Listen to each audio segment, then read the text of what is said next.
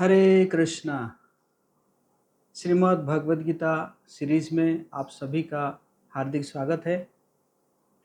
आज हम श्रीमद् भगवद गीता के दूसरे अध्याय का 64 नंबर श्लोक चर्चा करेंगे। 64 नंबर श्लोक, इसका टॉपिक है अटेनिंग प्रसाद, अर्थात भगवान की कृपा।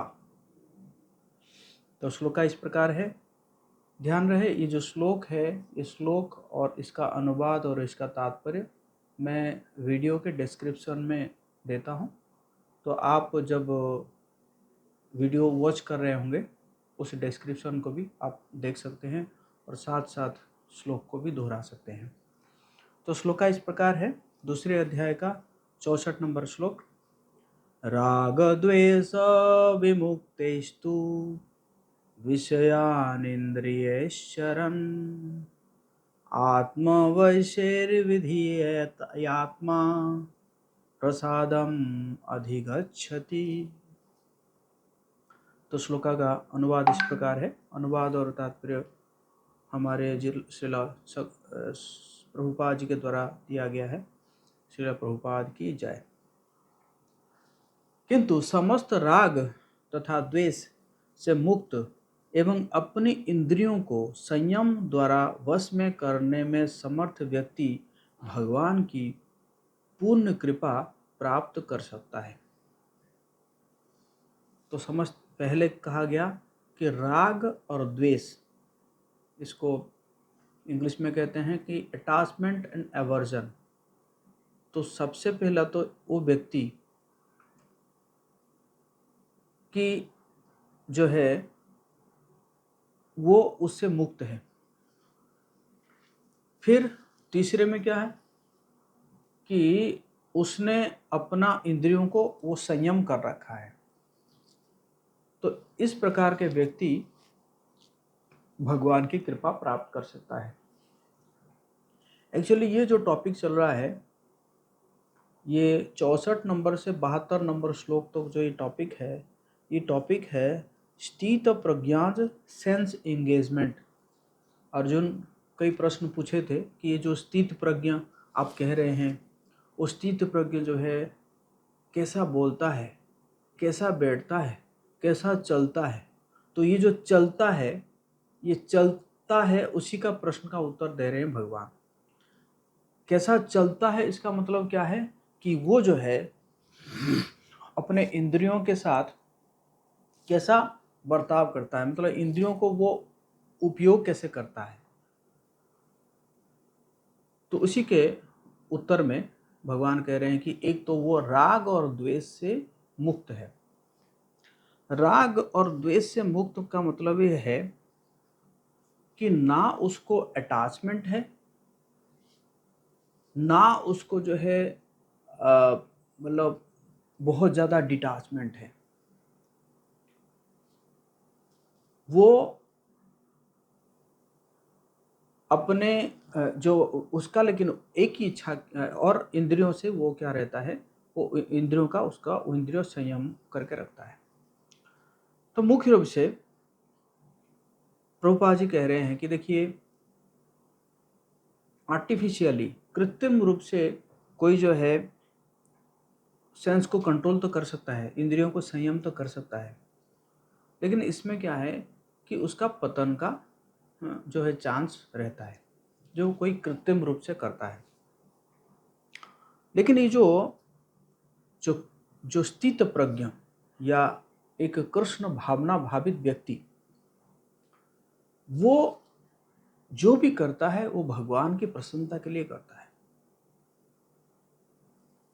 और उसका वो जो क्या करेगा, वो क्या नहीं करेगा, वो पूरा अपने कंट्रोल में रखता है। और जो भी करता है वो किसके लिए करता है, वो भगवान की प्रसन्नता के लिए करता है।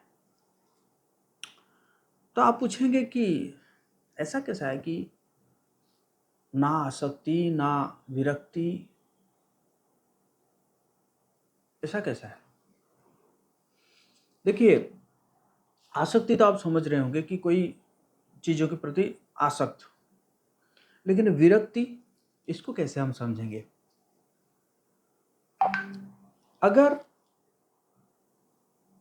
फॉर एग्जाम्पल, अगर भगवान जी का को भोग लगाया हुआ कोई स्वादिष्ट प्रसाद, उस स्वादिष्ट प्रसाद को कोई अगर स्थित प्रज्ञ या भक्त को देता है, हालांकि वो अपने इंद्रियों को संयम कर रखा है और वो नहीं चाहता है कि कोई मैं स्वाद लूं, किसी चीज में स्वाद लूं, लेकिन क्योंकि ये क्या है कि भगवान जी का प्रसाद है, इसमें भगवान जी का जो है कृपा है, तो वो उसको ग्रहण करता है। वो ये नहीं कहेगा कि नहीं नहीं, मैं तो स्वादिष्ट खाना छोड़ दिया हूँ, मैं कोई भी स्वादिष्ट चीज़ नहीं खाऊंगा। नहीं, वो उसको ग्रहण करेगा। हाँ, हो सकता है कि वो अल्प मात्रा में ग्रहण करे, लेकिन वो उसको ग्रहण करेगा। क्यों? क्योंकि वो जो है वो भगवान की कृपा है, भगवान का प्रसाद है। तो इसी प्रकार वो ना किसी चीज़ के आसक्त रहता है, कोई चीज़ के प्रति वो आसक्त नहीं रहता है। क्यों नहीं रहता है? क्योंकि वो जानता है कि वो चीज़ उसका नहीं है। मटेरियल थिंग जो है, जो भी विषयी चीज़ है, वो सब तो टेम्पररी है। वो पूर्ण ज्ञान में रहता है कि ये सब टेम्पररी है, चाहे लैपटॉप हो, चाहे मोबाइल हो, चाहे घर हो, चाहे गाड़ी हो, चाहे संपत्ति हो, वो सब टेम्पररी है। जब वो शरीर चला जाएगा तो वो और कोई भोग करेगा उसको। तो ये सब तो टेम्पररी है, तो इसीलिए वो उसके प्रति आसक्त भी नहीं रहता है। और और क्या है, विरक्त भी नहीं हो पाता। क्यों?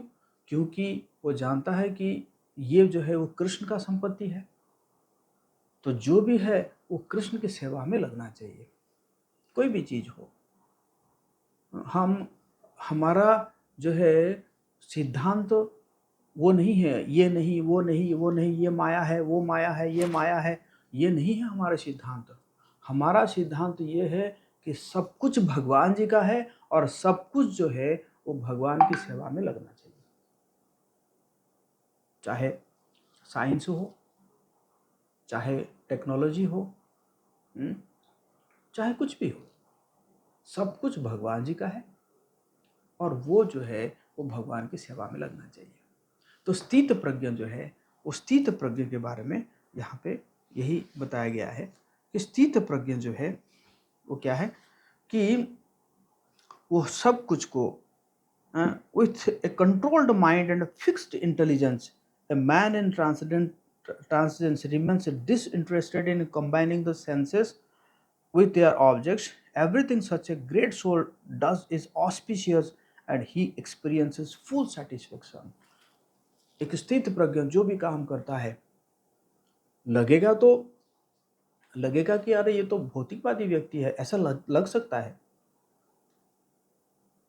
इसका मतलब नहीं है कि जो है एक स्टूडेंट जो है स्थित प्रज्ञ नहीं हो सकता, या एक गृहस्थ जो है स्थित प्रज्ञ नहीं हो सकता, या एक इंजीनियर एक स्थित प्रज्ञ नहीं हो सकता, एक जो है लीडर, सोसाइटी का एक लीडर वो स्थित प्रज्ञ नहीं हो सकता। नहीं, सभी स्थित प्रज्ञ हो सकते हैं अगर अगर उनके पास सही ज्ञान है, कृष्ण भावना भावित का जो ज्ञान अगर है, सिद्धांत अगर वो जानते हैं, तो कोई भी व्यक्ति किसी भी स्थिति में वो स्थित प्रज्ञ बन सकता है।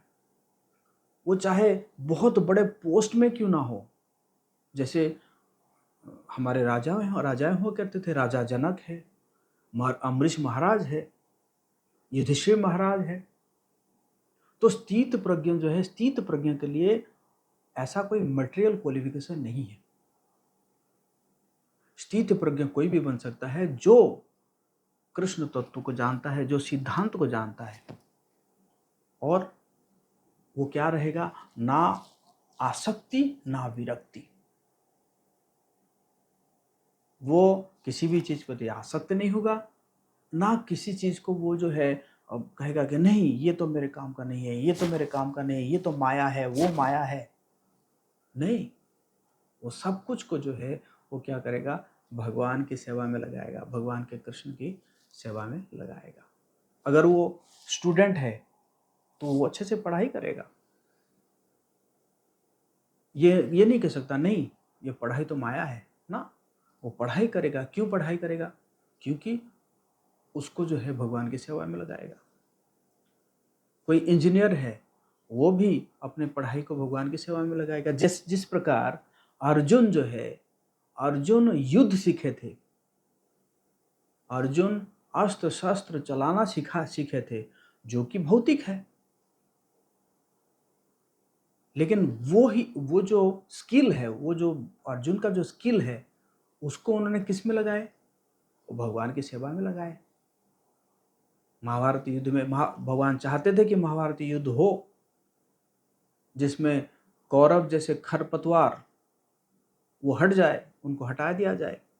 और भगवान की इच्छा थी, और उस इच्छा को पूर्ति किए कौन? अर्जुन ने पूर्ति किए। किसको यूज करके? युद्ध करने का जो स्किल है, कला है, उस कला को वो उन्होंने व्यवहार किया। किसकी सेवा में? कृष्ण की सेवा में। तो कुल मिला के इस श्लोक में यही बताया गया है कि जो स्थित प्रज्ञ है, वो ना तो किसी चीज से आसक्त रहता है, ना कोई भी चीज को वो रिजेक्ट कर देता है, माया माया कह के रिजेक्ट कर देता है ना। वो सभी को जो है वो भगवान का ही मानता है और भगवान की सेवा में ही लगाता है। और इसी प्रकार उसका सारे काम जरा बड़ा पवित्र हो जाता है। और इसी प्रकार स्थित प्रज्ञ जो है वो अपने इंद्रियों को भी वो भगवान की सेवा में लगा पाता है। हरे कृष्णा कृष्ण कृष्ण हरे हरे, हरे राम राम राम हरे हरे। अगर ये वीडियो आपको अच्छा लगा होगा तो आप इसको दूसरे किसी के साथ शेयर कर सकते हैं, क्योंकि ज्ञान आप जितना शेयर करेंगे उतना ही जो है बढ़ेगा, ज्ञान बढ़ता है। और सबके पास ये ज्ञान पहुंचना चाहिए। भगवद गीता का ये अमूल्य ज्ञान सबके पास पहुंचना चाहिए। और अभी तक भी आप अगर इस चैनल को सब्सक्राइब नहीं किए हैं तो चैनल को सब्सक्राइब कीजिए। हरे कृष्णा। जगत गुरु श्रील प्रभुपाद की जय।